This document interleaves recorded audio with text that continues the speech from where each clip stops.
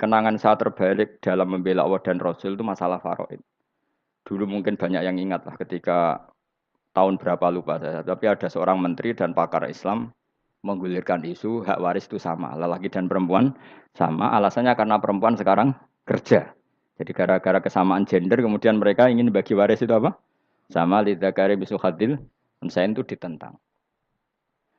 Gerakan itu pernah menguat, termasuk yang bisa dengan tanda kutip bisa menghentikan gerakan itu termasuk itu saya. Yang punya pikiran gitu tak parani, tak tantang begini. Saya bilang gini, Anda ngomong ini itu karena pinter apa karena tren? Tak tanya, ya karena pinter. Saya ini kan orangnya keren, punya kepangkatan jos lah. Ya kepangkatan jos, kepangkatan dunia, maksudnya cara pangeran bojos ora ya ora. Cara ukuran dunia itu jos lah. Tak tanya, saya itu Pak, termasuk yang setuju gerakan kesamaan gender. Dulu kan lelaki perempuan itu beda sekali karena lelaki kerja perempuan tidak. Sekarang sama-sama kerja maka warisnya harus sama. Terus saya tanya gini, lalu penyebab warisan itu kerja apa lelaki? Dia jawab kerja. Dia nggak ngerti kalau ngadepin saya. Saya ini kan orang alim yang biasa belajar mantek. Dia ini roh nak aku ngalim. Sembrono ya jadi ini. Ketika tak tanya gini, lalu misalnya saya punya anak, yang anak saya putri itu direktur BUMN atau direktur bank atau direktur PT besar. Kemudian anak lelaki saya idiot, goblok. Warisannya dikasihkan siapa? Kalau kerja adalah alasan dapat warisan, berarti anak saya perempuan itu yang dapat warisan dong. Anak saya lelaki kan idiot, nggak kerja. Lalu warisan itu berdasar prestasi apa empati? Kalau berdasar prestasi, malah Anda ini aneh. Sudah kerja direktur BUMN hanya karena dia kerja, dia dapat warisan. Karena Anda bilang asbabul irsi adalah kerja. Kalau saya bilang karena empati, saya juga gak fair. Yang kerja juga butuh modal gak saya warisi, tapi yang idiot tak warisi karena warisan berdasar empati. Lalu Anda milih mana? Bingung deh. Sampai dia ikrar, saya belum pernah mendapat perlawanan seperti ini. Karena Anda ngomong sama orang-orang goblok, kata saya. Terus saya bilang, saya ini ngaji Wahab, khatam berkali-kali. Anda mungkin baca kitab Wahab itu hanya terjemah. Maka menurut Islam, yang menjadi hak waris itu sebabnya zukurah wal unasah. Kelelakian menjadi dapat 2 bagian, keperempuanan menjadi 1 bagian. Dan itu Islam tidak mau urusan dengan prestasi maupun empati. Mujarrodul zukurah dan mujarrodul unusah. Sehingga dengan seperti ini tuh Islam nggak ribet. Coba kalau kamu pakai ilatul hukmi, pakai cara berpikir logika, malah ruwet. Karena tadi, kalau kesamaan gender itu karena perempuan kerja, lalu misalnya yang lelaki idiot misalnya atau pengangguran, warisan kamu kasihkan siapa? Kalau kerja itu menjadi alasan hukum, kamu kasihkan yang perempuan kan? Aneh nggak? Yang sudah kerja malah kamu kasih warisan yang nganggur? Enggak. Berarti berdasar prestasi atau berdasar empati. Kalau kamu dapat warisan, idiot dulu dong. Idiot dulu, goblok dulu, kecelakaan dulu, baru dapat warisan karena dapat empati. Yang sudah PNS nggak perlu dapat warisan karena sudah juga ruwet. Oke, seperti ini ruwet nggak? Ruwet. Nah, kata Imam Haromen gurunya Ghazali, agama itu kadang dinuna dinul ajais. Kita ikut yang lugu saja. Allah bilang lelaki dapat 2 bagian dari perempuan, ya lelaki ya yang punya alat kelamin, penis. Perempuan yang punya farji, ya sudah gitu aja, gak usah ruwet-ruwet. Kenapa begitu? Ya sudah seperti itu. Nanti lama-lama gini kalau diterusin. Ada seorang dokter fikih perempuan. Dia menguasai fikih sholat. Ruhin lanang tapi gak menguasai fikih sholat. Rohnya mau pesolatan misalnya.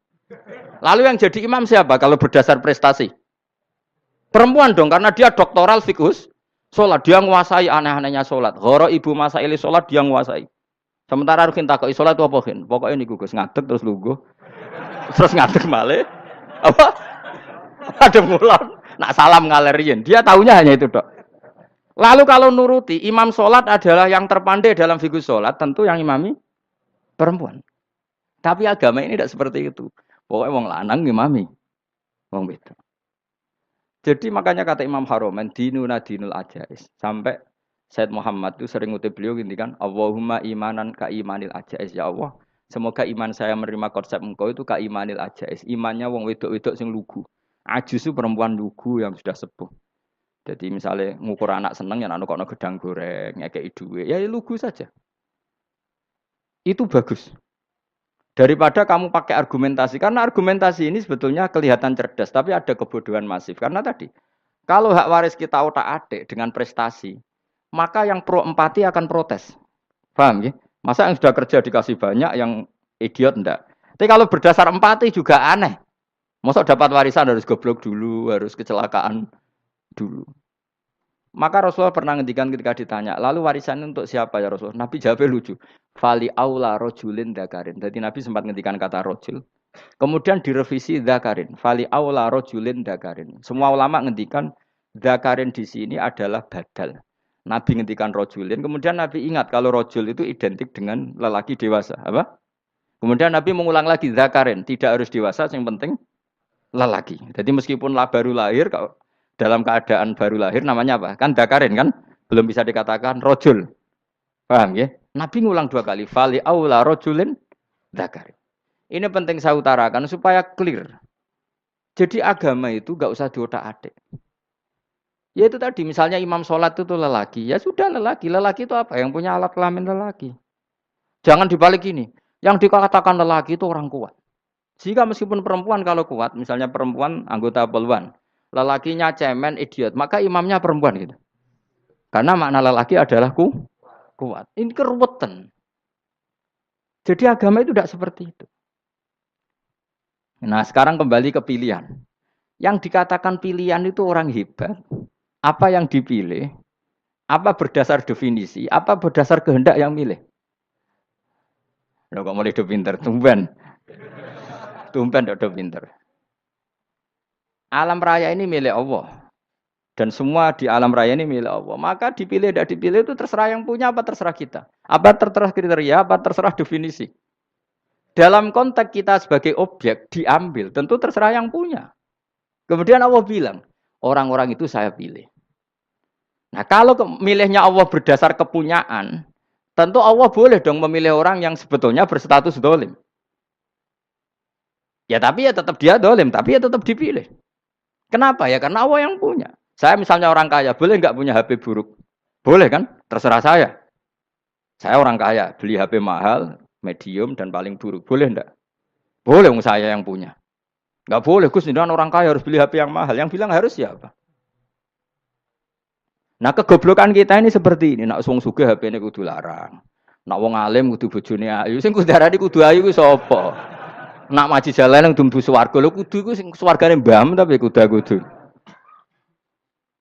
Nah, kita ini sering berpikir ngatur Tuhan. Nah, Indonesia negara yang mayoritas muslim terus Islam Indonesia kudu dadi sampling Islam seluruh apa? Dunia. Ya ora usah sombong ngono ya keben. Mayoritas juga wonge kakean ngono ae ora perlu GR jadi sampling percontohan Islam internasional ora perlu ngono. Lah misalnya terus dadi contoh misalnya nang Masjid Haram niru Jumatan ning Indonesia berangkat mbek do rokokan. Bariku tekike diusep-usep nang pojok pager. Lah misalnya wong Mekah terus do ngono kabeh karena mencontoh Islam Indonesia. Kacau gak? Ora usah GR ngono biasa wae. Napa? Biasa wae. Terus misalnya mencontoh Islam Indonesia, Indonesia anak jaran Wali Songo terus tahlilan nunggu nganti setengah jam. Lah terus raudhah dikepung ngono rak macet Mekah Madinah. Mergo agar ziarah Nabi terus lungguh apa? Sak jam. Nak ning wali sak jam ning Nabi 2 jam lah kira-kira gitu. Ya malah nganyak Kanjeng Nabi tuh. Nabi sekaruan afdhalul khalqi mbok dongakno wa maghfir lahu warhamhu. Iku malaikat sak langit misah.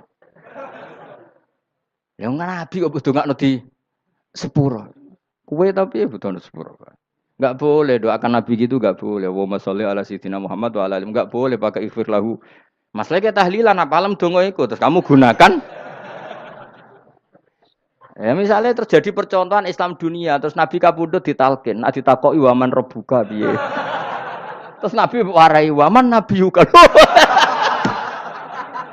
Mesti Nabi yo pro, lah aku Nabi jebok takoki. Jadi kita ini sering kumo luhur karena kita mayoritas terus jadi percontohan ora usah ngono. Paham ya napa? Ndak usah ngono, mayoritas sae tapi ora usah GR jadi apa? Percontohan internasional. Mungkin kalau masalah Islam damai ya bagus. Tapi itu kan tidak hanya Indonesia. Di mana-mana yang Islam damai juga Banyak. Dan yang tukaran juga banyak. Toh yang tukaran nggak pernah maklumatkan diri ini percontohan ya enggak. Ya biasa saja.